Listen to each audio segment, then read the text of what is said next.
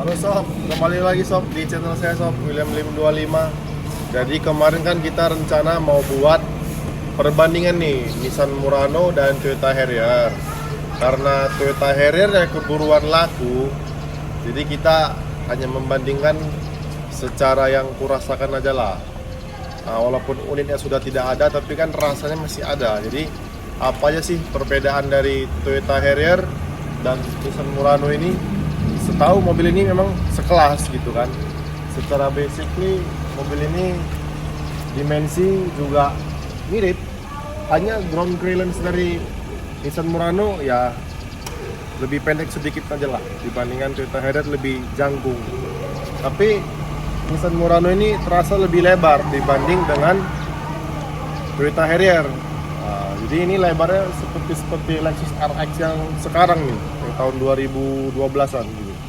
Jadi gimana posisi berkendara di dalamnya? Ayo kita tes.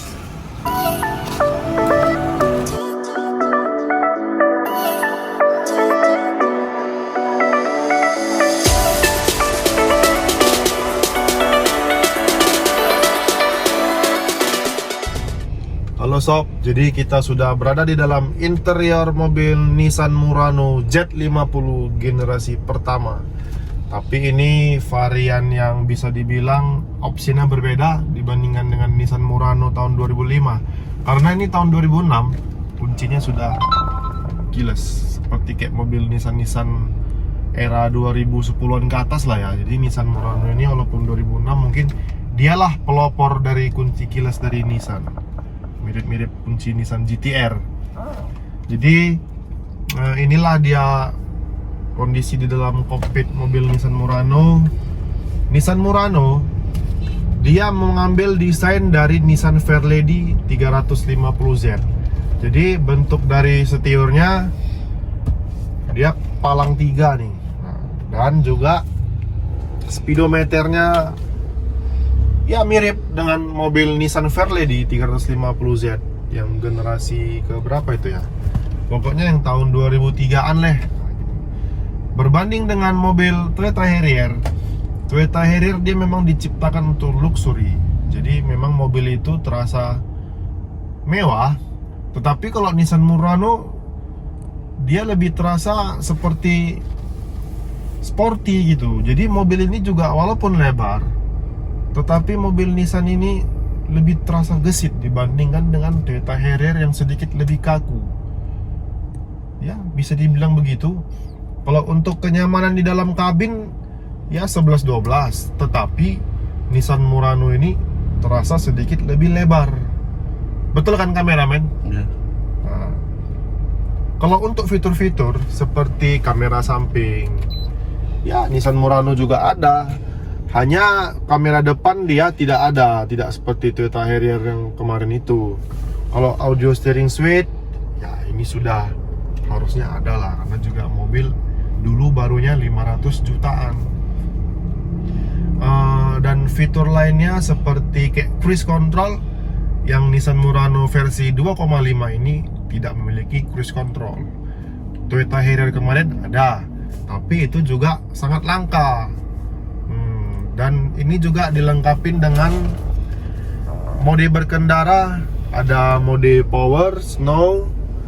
Ini kalau power kita untuk selip-selip, snow ini ya kita ibarat di jalan bebatuan ya, jadi transmisinya itu lebih tertahan dari traksi kontrolnya itu tidak terlalu, traksi ban tidak terlalu berlebihan sehingga tidak gangsing lah, itu kalau bahasa Medan ini gangsing gitu kan. Nissan Murano ini memiliki transmisi 4 speed otomatis. Ya mirip dengan Nissan T30. Udah jelas kalau perawatan ini jauh lebih murah dibandingkan dengan yang Toyota Harrier. Sama-sama pakai matic konvensional, tetapi Harrier yang 3000cc 1MZ kemarin itu transmisinya 5 speed.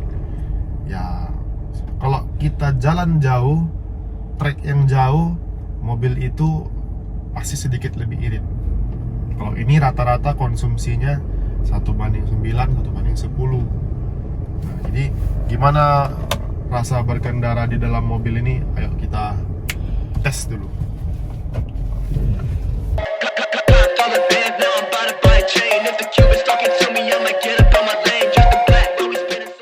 Perbedaan yang lebih signifikan dari Toyota Harrier dan Nissan Murano itu ya, satu dari merek udah jelas.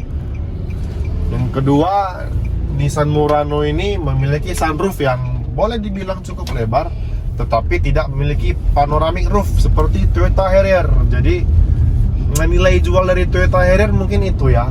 Tetapi dengan Nissan Murano generasi Z51, dia sudah memiliki dual roof, ya panoramic roof juga lah.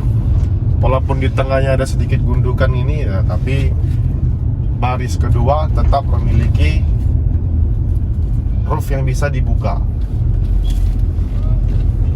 Kalau tentang fitur keselamatan seperti airbag, nah Nissan Murano ini memiliki 4 airbag. Airbag di sisi pengemudi, penumpang, pilar B, kiri, dan kanan. Jadi kalau untuk fitur keselamatan ya mungkin Nissan Murano lebih unggul. Dari fitur, dari panoramic roof, kamera depan, ya mobil Nissan Murano yang versi Z50 tidak memiliki itu. Tetapi di Nissan Murano Z51 sudah memiliki kamera depan, kamera samping, tapi kalau kamera 360 derajat ada nggak ya? Nanti coba kita lihat lagi kalau kita dapat unit tesnya. Kebetulan kalau untuk audio, ya mobil Toyota Harrier itu audionya dari JBL. Kalau Nissan Murano ini Bose, jadi sama-sama memiliki kualitas suara yang cukup bagus. Jadi untuk upgrade audio bagi saya pribadi sih kayaknya nggak dulu deh, karena memang bawaannya sudah enak. Cuman itu tadi minusnya dari Nissan Murano ini, untuk pergantian head unit itu sedikit sulit karena harus ke montir yang lebih handal untuk bisa merombak jalur-jalurnya. Kenapa? Karena sistem entertainmentnya itu semua sudah terintegrasi. Jadi sudah di set kian, ibarat seperti kayak mobil Toyota Alphard yang premium sound gitu. Jadi kalau untuk menggantikannya itu kayaknya sedikit lebih sulit gitu. Bukan berarti tidak bisa. Karena satu lagi ya, rata-rata mobil build up Jepang itu kan di bagian layar LCD itu banyak seperti kayak sunburn gitu ya, karena sering kena panas lama-lama mau ngeletek gitu kalau bahasa Medannya gitu, ngeletek gitu. Tapi itu tidak apa-apa, masih ada juga kok yang jual ya, walaupun kita belinya copotan tapi masih bagus lah. Kalau untuk visibilitas Toyota Harrier dan mobil Nissan Murano ini, kita menurut saya pribadi secara jarak pandang kita ke depan dan ke samping ini mobil lebih fleksibel gitu. Ibaratnya tidak terlalu menghalang pilar A-nya, karena mungkin dia menyerupai sedan ya, soalnya memang basis ini kan basis sedan kan begitu. Coba dilihat dari sini ke sini kan nggak ada yang terhalang gitu. Walaupun kita pasang audio tambahan di sini di pilar, tetapi pandangan tuh nggak menghalangi gitu kan. Jadi kalau untuk posisi dalam berkendara, Toyota Harrier, Murano, ya Nissan Murano lebih unggul. Kelincahan juga Nissan Murano lebih unggul. Perawatan 11-12 karena sama-sama mobil CBU. Tapi kalau untuk ketersediaan spare part, mobil Nissan Murano ini lebih banyak dibanding dengan Toyota Harrier yang varian 3000 ya. Karena mesin 2,5 ini spare partnya sangat banyak di Indonesia, karena mobilnya serupa dengan Nissan X-Trail T30. Mesinnya sama, hanya beda sedikit-sedikit aja. Kalau untuk harga spare part ya tidak terlalu mahal lah, dengan kenyamanan yang diperoleh. Jadi kalau untuk fitur Toyota Harrier, kalau untuk kenyamanan ya bukan berarti Toyota Harrier itu nggak nyaman, nyaman juga gitu. tetapi lebih nyaman Nissan Murano. Dan satu lagi, Nissan Murano ini handlingnya tuh lebih lincah dibanding dengan Toyota Harrier. Mungkin penonton setia dari konten YouTube William Lim 25 penasaran nih di baris keduanya Nissan Murano seperti apa sih gitu kan. Ya ini kita lihat ya. Kita udah sampai lagi di lokasi. Kita sorry nih, mobilnya agak sedikit kotor. Karena apa? Karena belum sempat cuci nih. Banyak kerjaan juga, konten pun ya kita sempat-sempatkan kan begitu. Jadi gimana sih posisi duduk di belakang? Ya kita lihat ya. Dengan tinggi saya yang 180 cm, posisinya udah oke, selonjor. Di belakang gimana? Ayo kita lihat.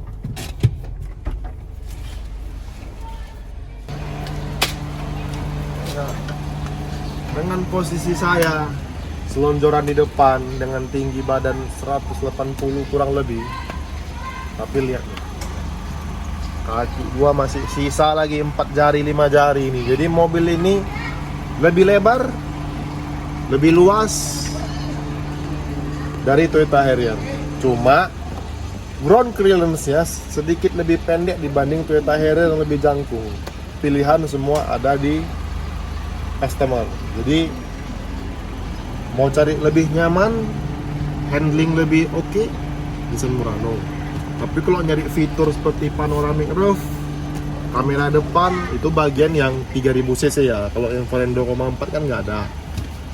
Kalau yang varian 3,5 AWD dari Nissan Murano sepertinya ada, sepertinya. Karena kita juga tidak memastikan karena kita tidak ada unitnya. Jadi kalau untuk yang umum-umumnya seperti kayak Nissan Murano ini, kalau untuk kenyamanan handling di jalan perkotaan, ibaratnya kita mau set gitu. Walaupun mobil ini bongsor, mobil ini handling lebih nyaman dibanding Toyota Harrier. Coba lihat dulu. Ya, Toyota Harrier memiliki panel wood, kalau ini tidak ada. Cuman ya mobil ini seperti berada di dalam Lexus RX gitu. Lexus RX yang tahun 2008-9 ke atas ya, itu mobilnya sangat nyaman, saya akui. Tapi ini versi lightnya lah menurut saya. Jadi kalau bagi teman-teman yang ingin membeli mobil ini, sudah turun harga jauh. Waktu itu harganya 165, sekarang harganya cuma 115 juta. Jadi buat teman-teman yang ingin membeli dan melanjutkan penyamanan selama kita berkendara, ya inilah pilihannya. Jadi telepon saya di telepon di bawah ini, akan kita lanjutkan di sesi berikutnya. Oke, terima kasih.